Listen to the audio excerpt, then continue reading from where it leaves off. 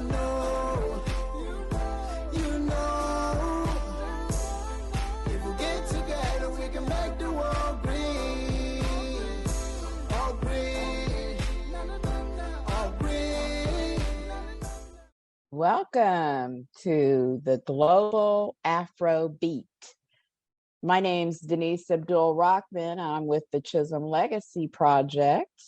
And the Global Afrobeat kind of was birthed out of a partnership that we have with PACCHA, Pan-African Climate Justice Alliance, and the Chisholm Legacy Project, where we started a global Afro-Descendent climate justice collaborative. We have almost 50 representative organizations across different countries. We have almost 200 different attendees. And I want to give credit to that Afrobeat to Pan-African Climate Justice Alliance participant who shared that with us.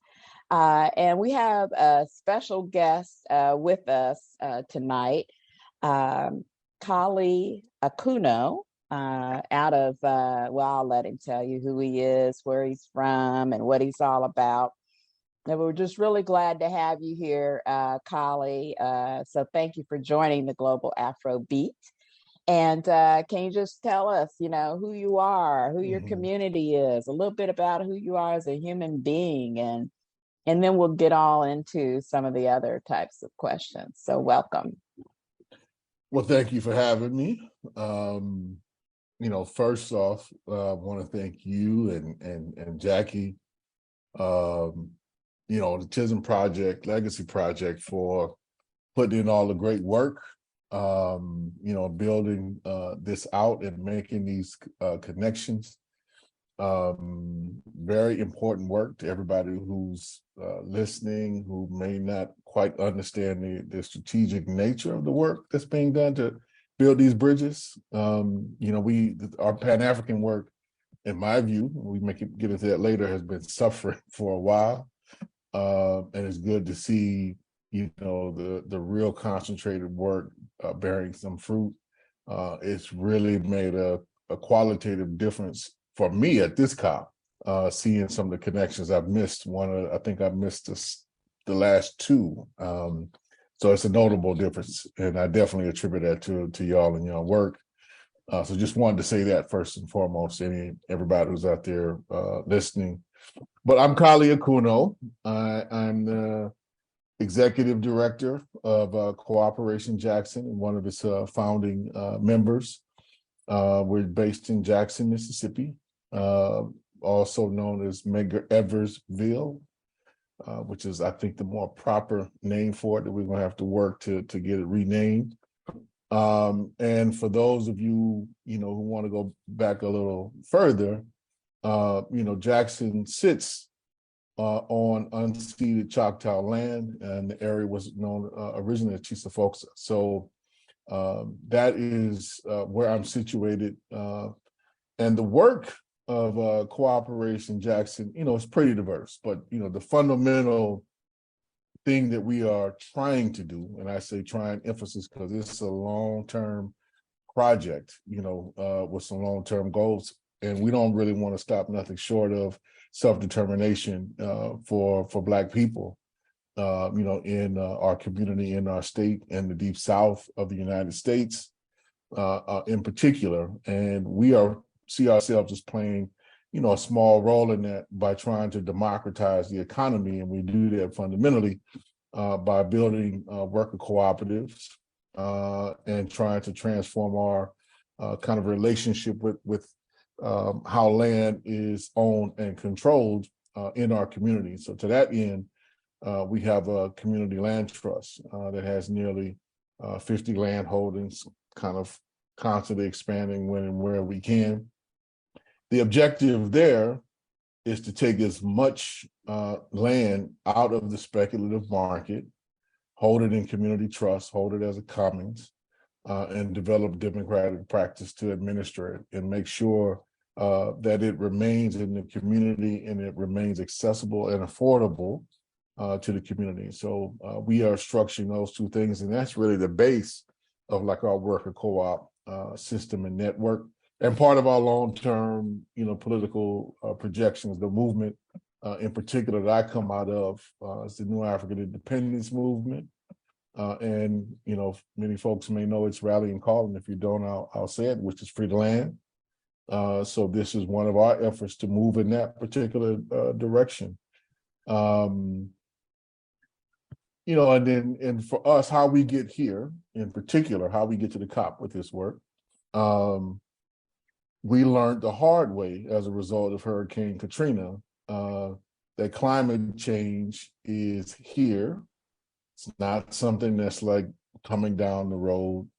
And it was going to impact and is impacting Black people in a very disproportionate manner. Now, I want everybody to be clear, myself and many others that come out of the movements in the South, we have been fighting by different names. We've been fighting against, climate change for a long time, and really came up with some of the key principles, of the movement that you see now.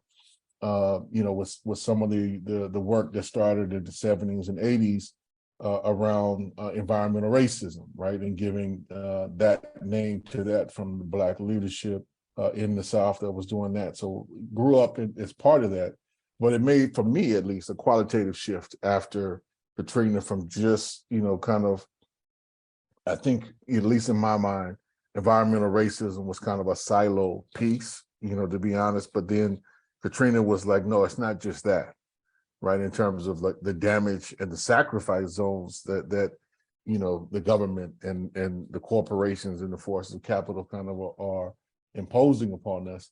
But it's the broader thing of like, this is actually destroying life's ability to reproduce itself, right? And causing traumatic harm on a much extended scale than just the pollution, air pollution in our community, or the brownfield dumps that they've left from different mining or oil or chemical processing plants, all of which are in our community. So that what brings us here is trying to combat that and make a contribution through our productive work. And so over the years we've been trying to hone and refine what's called the Jackson Just Transition Plan, with the aim and objective of trying to make Jackson, Mississippi, a zero waste and a zero emissions city, and not through things like offsets or some of the trading mechanisms, but things that we actually do to transform our lives in the productive sense. So extensive public transportation. Jackson has a very undeveloped public transportation system. So we want to change that so people become less dependent upon cars, has more accessible transportation, because even access to cars, I would say a good maybe 1/5 of our community does not have regular access to a car, and you have to have a car to really get around in Jackson, as you have to do in most of the Deep South.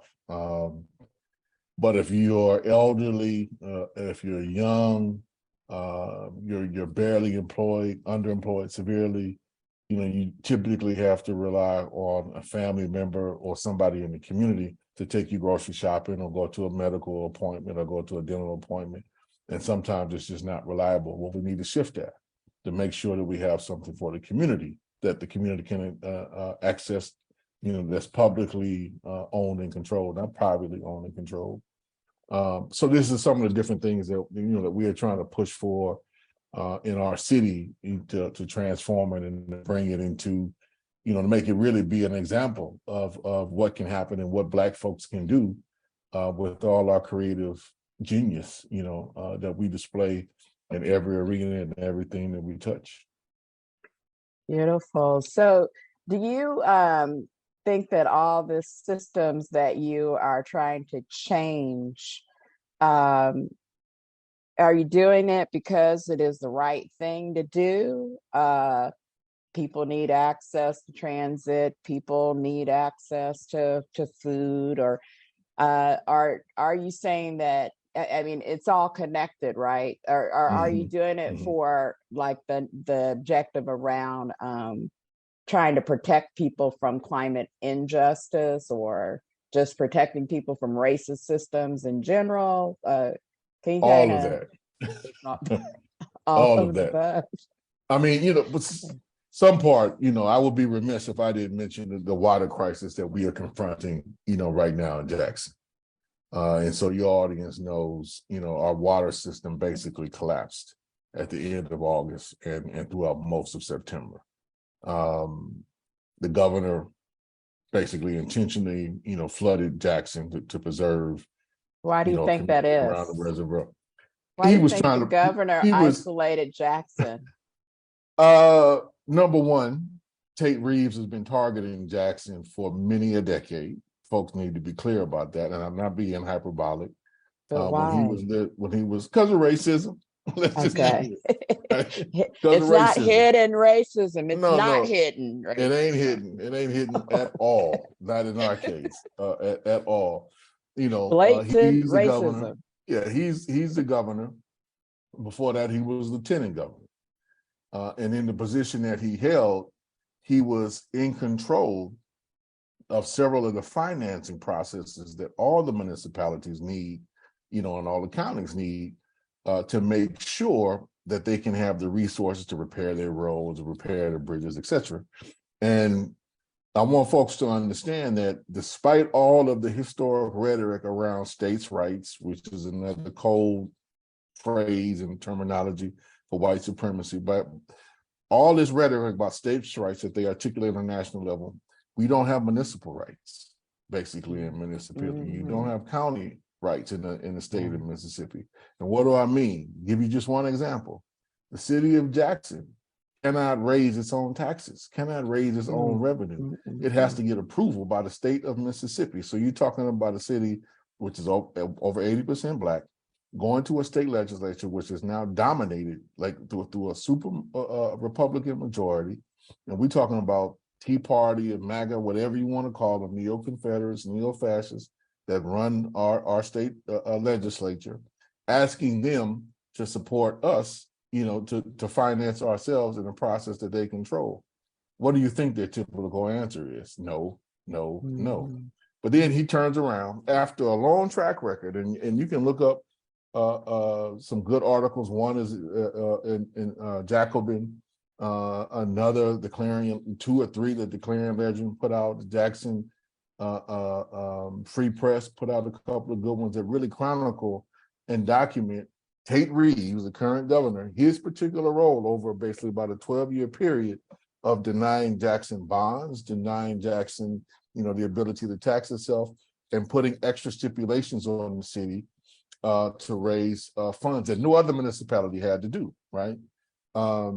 So for folks to understand more clearly, Jackson's, water system is largely supplied by the Bennett Reservoir, which is a reservoir, that's basically a dammed up portion of the Pearl River that was built some time ago when Jackson was a majority white city to feed or in this case, to provide water to all of the metro area, right? And particularly a lot of the cities in the little suburbs, these majority white suburbs, grew up after this reservoir was built, right? While Jackson was making this transition.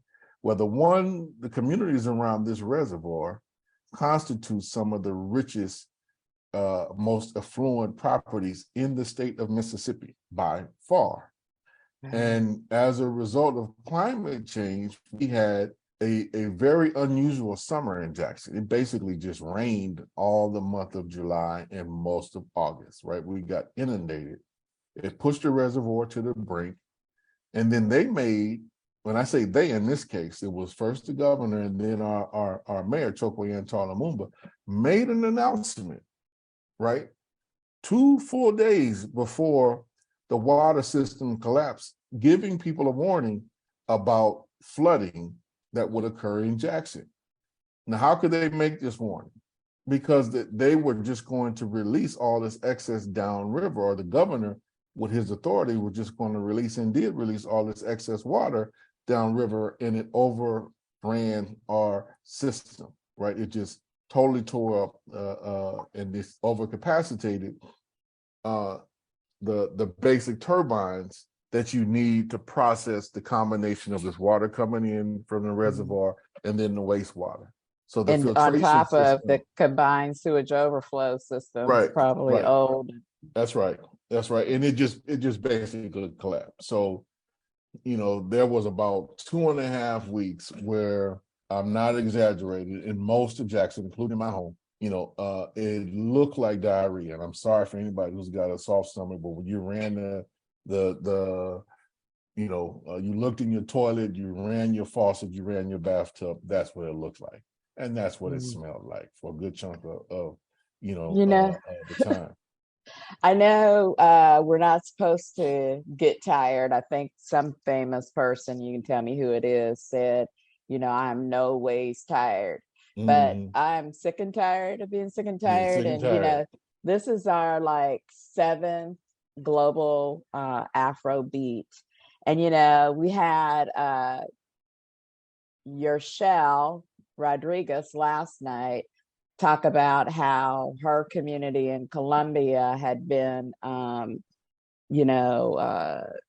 had several hurricanes in the last few years and how a hospital hasn't been rebuilt. So they have no hospital in her little small town in, I'm sorry, did I say Brazil? It's Colombia. A small little town in Colombia that she's from. And then I remember a brother named Kevin was on, and I think Kevin was from, I don't want to mess up, somewhere from the wonderful continent. And he was talking about how, they've been having all of these different flooding and things occurring in their communities, and the caskets and everything were floating, and how he feels like almost the fierce urgency to, rectifying this problem so that his grandmother doesn't have to worry anymore. Is kind of what was like the drum beat for doing this body of work for him. And it's just something about, and then someone else, I think just recently I was on a talk in Brazil, and with the Brazilian group, and when talking to them about water resiliency, they were mentioning that 50% of the, is it favelas or Black people there do not have pure water, do not have, access to clean water. And they're subject to flooding and mudslides. And then person today also showed the housing, in Salvador, where it's just right there on the edge of the mud, and the houses are all cramped together. And it kind of reminded me when I went to Rio de Janeiro and all the houses, and someone was telling me that when somebody's being accused of a crime, they'll run into this area, and then the police will come in and just shoot everybody, and then they just leave the bodies there because the housing is so abandoned. And of course, the people that live there are Afro-Brazilians or predominantly Black. So, the stories are just, and this is the drumbeat I don't think that we're trying to do, but there is a drumbeat, obviously, for justice, a drumbeat of this injustice, that no matter where we live in this world, we are being oppressed. We're being oppressed by these systems, and then the climate changing is just exacerbating our conditions. So, and the fact that you've left Cooperation Jackson with all the great work that you all are doing, because I kind of social media stalk you all to see what's going on, that you did decide to stop and come here and come to a COP. Why do you feel that the COP process is important? And then I'll just jump right into, and you can just keep going to like, what kinds of things have you heard while you've been here that you think is important? What kind of activism maybe that you think has been important to trying to, and why do you think this process is important at all? And why should others of us really start to get involved if we should? And then lastly, you know, we have this resolution on race, racism, and climate reparations. How important do you think, whether it's the exact language we have or any form of language around race and racism, do you think should be injected into this UNFCCC framework? Yeah. Well, I've been to a couple of different COPs, so not my first one, so folks are familiar. And I come because, like it or not, this is where the future of humanity is being decided. Like, I'm just gonna keep it real. Wow, wait a minute. I have to interrupt and say, this is where the future of humanity lives. That's saying a lot, especially coming from you. So, okay, I just full stop. All right, go ahead. Yeah, thanks. I mean,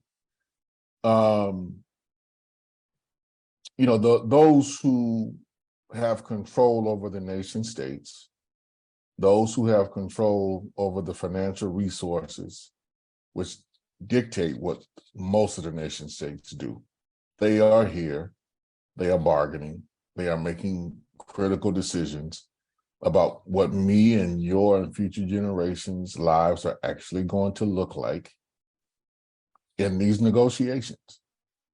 And for the most part, we are not here, we are not aware, we are not organized sufficiently enough to really impact it.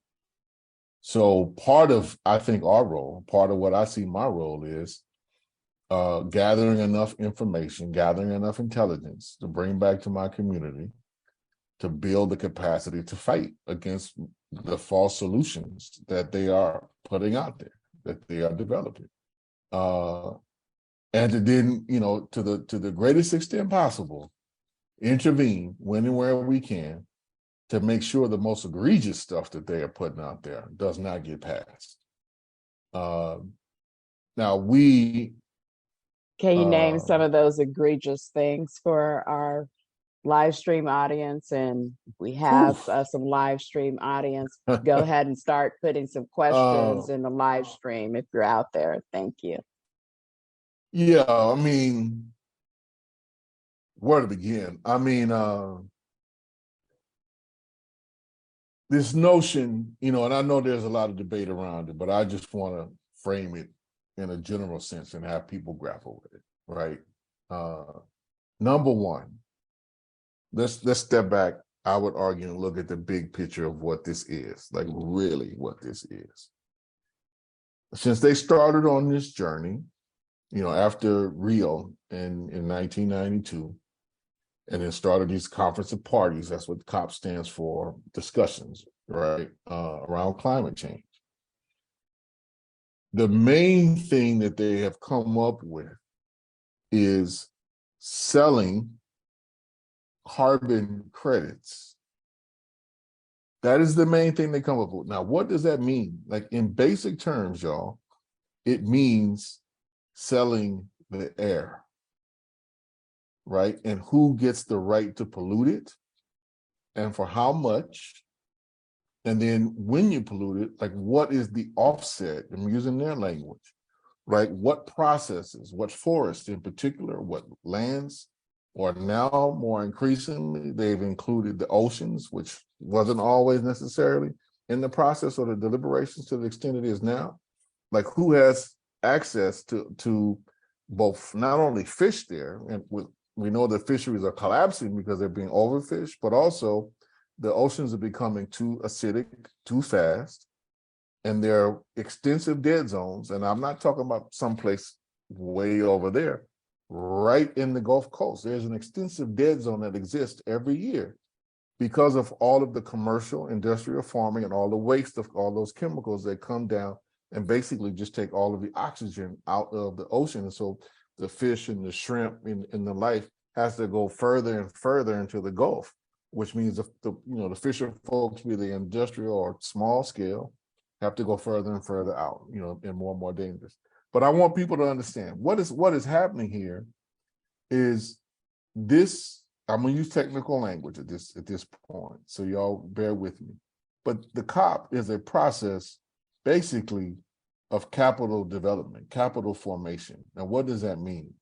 That means that these deliberations are about transforming as much of the Earth's natural resources and much of the Earth's kind of processes of absorbing carbon and methane, the metabolic processes, turning those into commodities, things that can be bought and sold and traded in these various kind of commodity markets.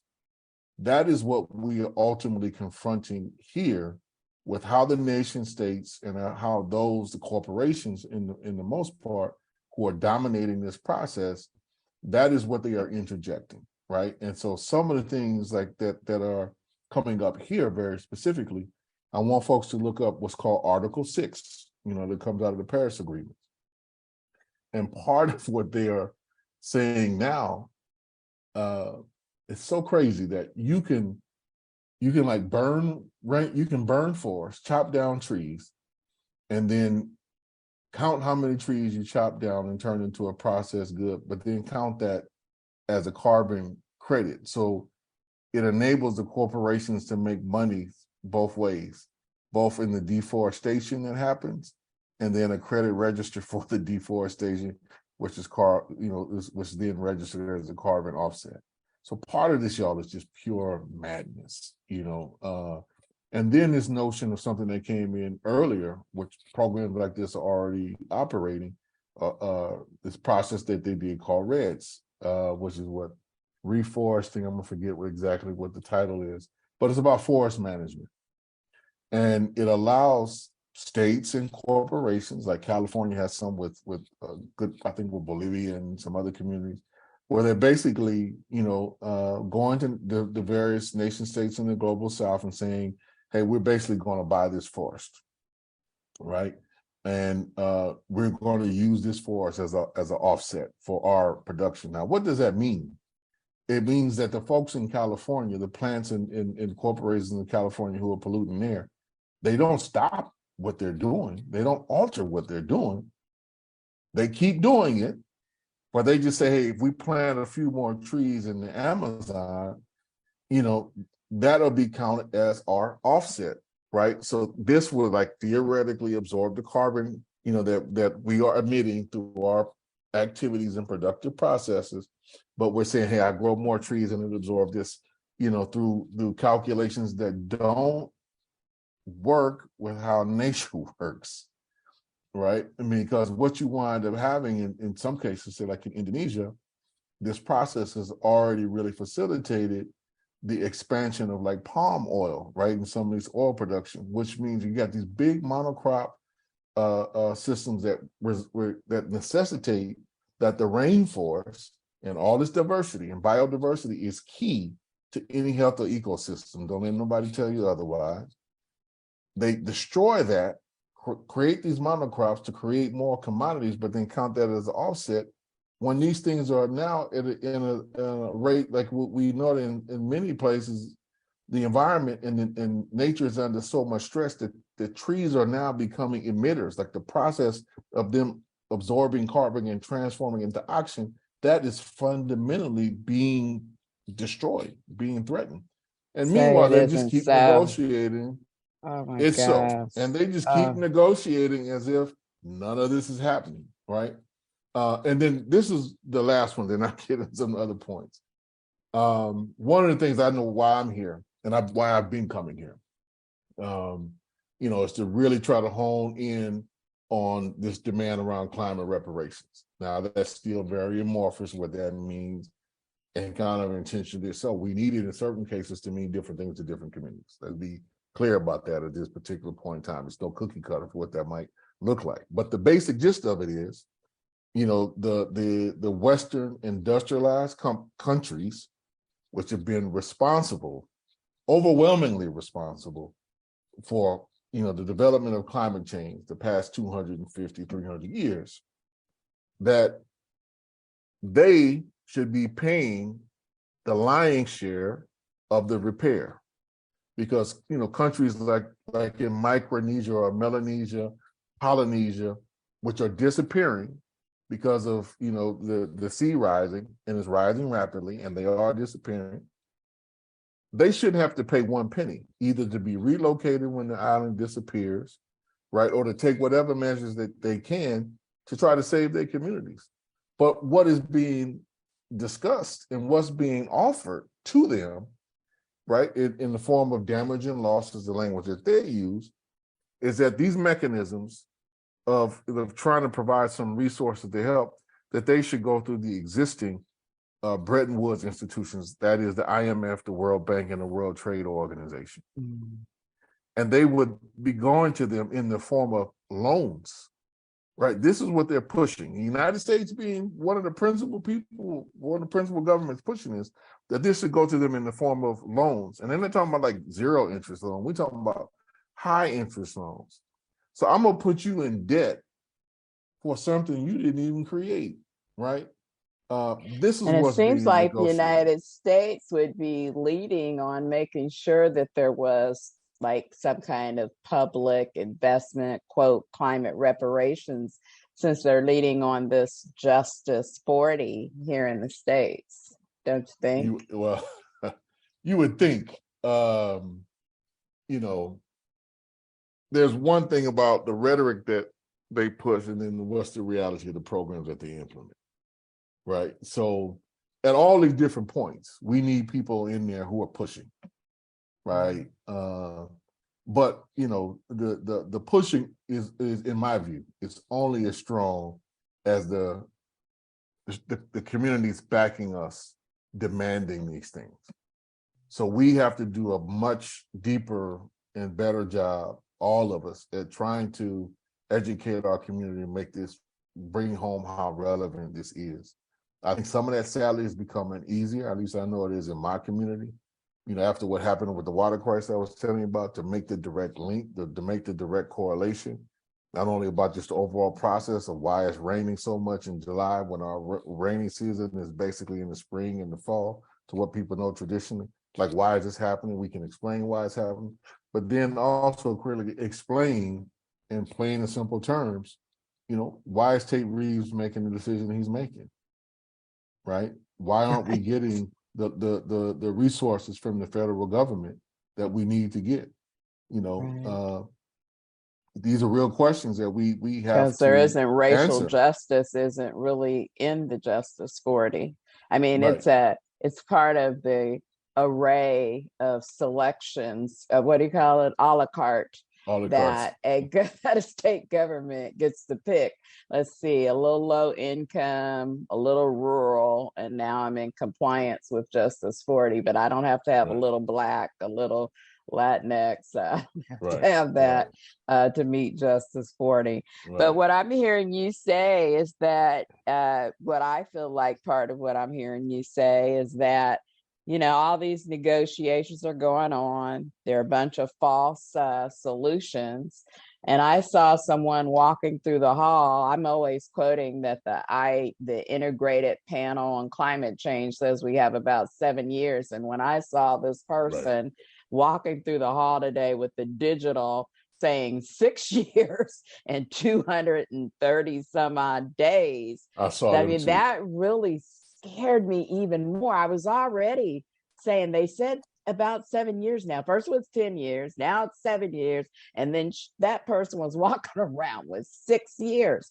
And so I don't see, the fierce urgency of now. So that's why I guess we really have to lean into the mitigation and adaptation pieces, right?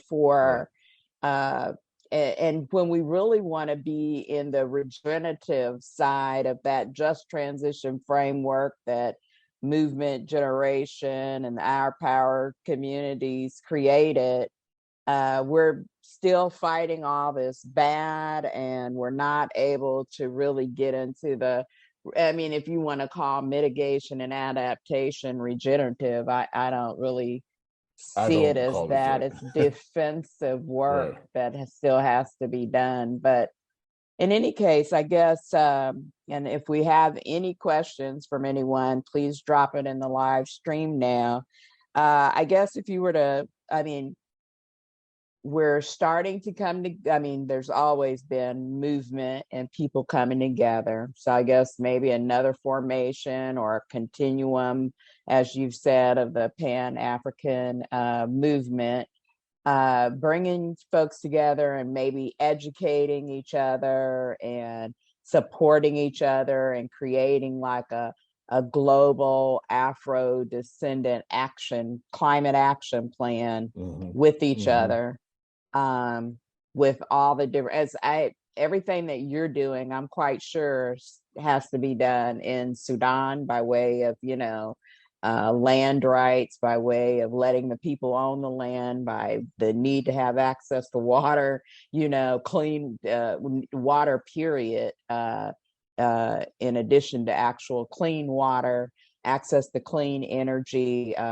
Some of these countries don't have energy at all, access to energy, but so it's all this still needing to build, not wanting loans, not wanting to be in debt, especially for developing nations. And I'd even say, is it called the Gulf South areas of the United States that, are typically the Black and brown folks that probably had the least to do with all the emissions as well, right? Because we're the ones that Big Mama turns down the lights, and you just said people typically don't have a car, so they're either walking or catching mass transit, and those that are more privileged are the ones using the access energy, putting out the most emissions.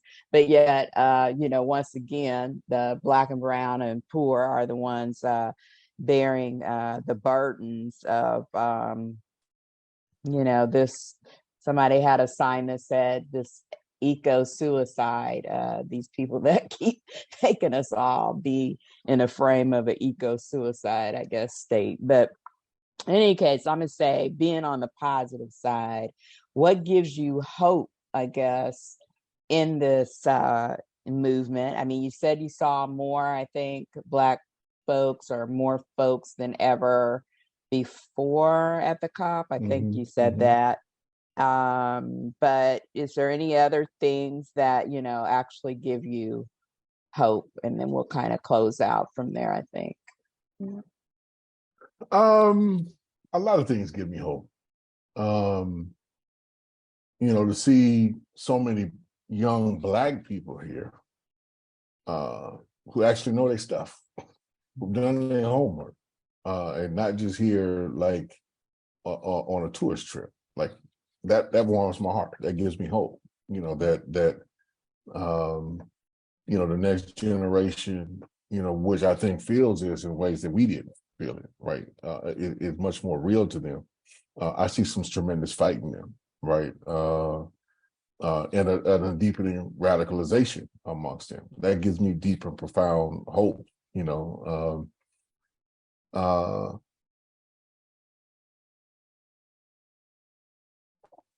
I think at the end of the day, the process is going to have to leave here and be decided by the people en masse. One other thing that's been giving me hope is that, we've seen some profound social movements erupt on the scene as a result, in many cases, of long-term organizing, but also just the spontaneity, right? The consciousness raising. Now, we have to turn that, in my view, into more sustained organizing. But, I'm glad I was here to witness the summer of 2020. Let's not forget what just happened and how that's right. Shook the world, how that shook the world. And then there's some things, you mentioned in the pandemic. I think I'm going to just have to take some responsibility. I've been complaining about folks to try to do some writing, but I think there were some profound things that we saw could happen from nation states in a positive direction during the early days of the pandemic. Like I'll just name three, and then I'm gonna have to, hop off. We saw global emissions basically just come to a halt, right, during the Right. first 3 or 4 months of 2020 as a result of the pandemic. And it took me back. I was 20 years old in 1992, and was hearing all this conversation where the global economy is too big, it's too complex for us to stop or for us to do something. We saw in real time, right, in March and April in particular of 2020, when the need arises and there's clear political necessity and clear political leadership, they can make this thing change in a heartbeat. And they did that, right? They just brought it to a halt. So, we need to stop movement. Now, let's say that they exhibited that same level of commitment to ending emission and coming up with real alternatives to move and produce goods and services, which are out there, but they need to have political commitment to do it, right? Political necessity and political commitment to do it. That's one thing. The second thing, we saw, not uniformly, but at least in North America, but parts of North America, United States and Canada, and a good chunk of Western Europe, and Japan, I think parts of China and Australia, a few other places, we saw real concrete experimentations with universal basic income, right? They did it, and their reason was to, keep the economic kind of engine going, but it let you know, by right, any means necessary. But also just where the modern economic system is, that the resources are actually there to do some things profoundly different. So they're not being different as a result of political choices. And remember, one of the choices that we heard in the United States was the Republicans in particular, but not just them, said they're not going to continue with some of those programs because people were getting more from being unemployed than they were from their minimum wage jobs, and they felt it was a disincentive to keep people in these exploitative positions. When you had to sit there and realize how perverse is it that I can make more money being unemployed than working a full-time job, right? And that led to some profound consciousness that the system is still dealing with around, hey, I'm recognizing my worth, and I'm not just going to work for minimum wage. We're seeing that still happening. That wave is still going on amongst millions of people. So that's the second thing. And the third thing, now this process of scientific development had been going on for a while, but the fact that, again, political necessity and political leadership led to the creation of several, not just one, but several, I'm not going to call them cures, but aids to fight COVID, right? These vaccines, whether you agree with them or not, or take them or not, I'm not going to get in that debate, but the fact that they put the time, energy, and resources into it and came up with something that fast shows you, again, there's a whole bunch of diseases, there's a whole bunch of things out there. If there's political necessity and political will and political leadership, the investments and the process could be made to heal cancer, and there are some viable solutions to it. Just ask the Cubans, right? A number of different things that can be done that are system changing, that they just basically had to do because the necessity was there. But the second thing stabilized, they scrambled to go back to normal.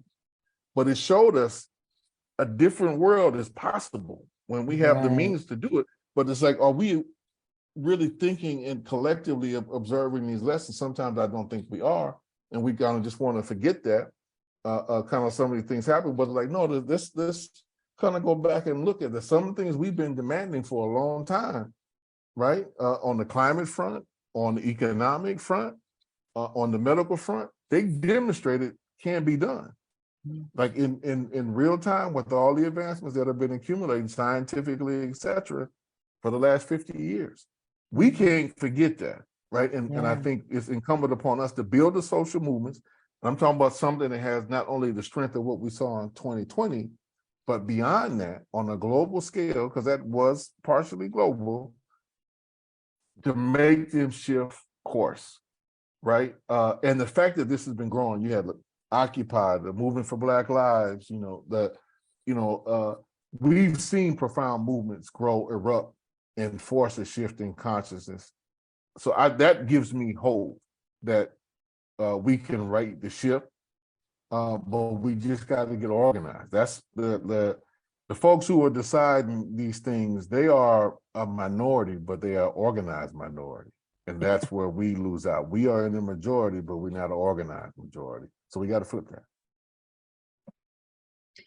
Well, you heard it here, folks, on the beat. You heard it from Kali Akuno. Thank you so much for joining the Global Afrobeat live show, and really appreciate your entire perspective and for spending time with us. Have a good night and take good care. Thank you. And just to wrap up the program again, we'll have another Global Afrobeat tomorrow night. We've got another lineup of great speakers, and we want you to put into the live stream. We also have this resolution that's out there. You can get it at the Chisholm Legacy Project.org, and also we have it on change.org, and it's called Race, Racism, and Climate Reparations. We'd love for you to have your organization to sign on and to socialize, and go ahead and connect with the Global Afro-Descendent Climate Justice Collaborative, where we're going to be learning more about this UNFCCC and this COP, which is Conference of Parties. And pretty much too, I think once they sign this new agreement, what are we supposed to do when we get back home? Who do we talk to? Do we talk to our congressional figures?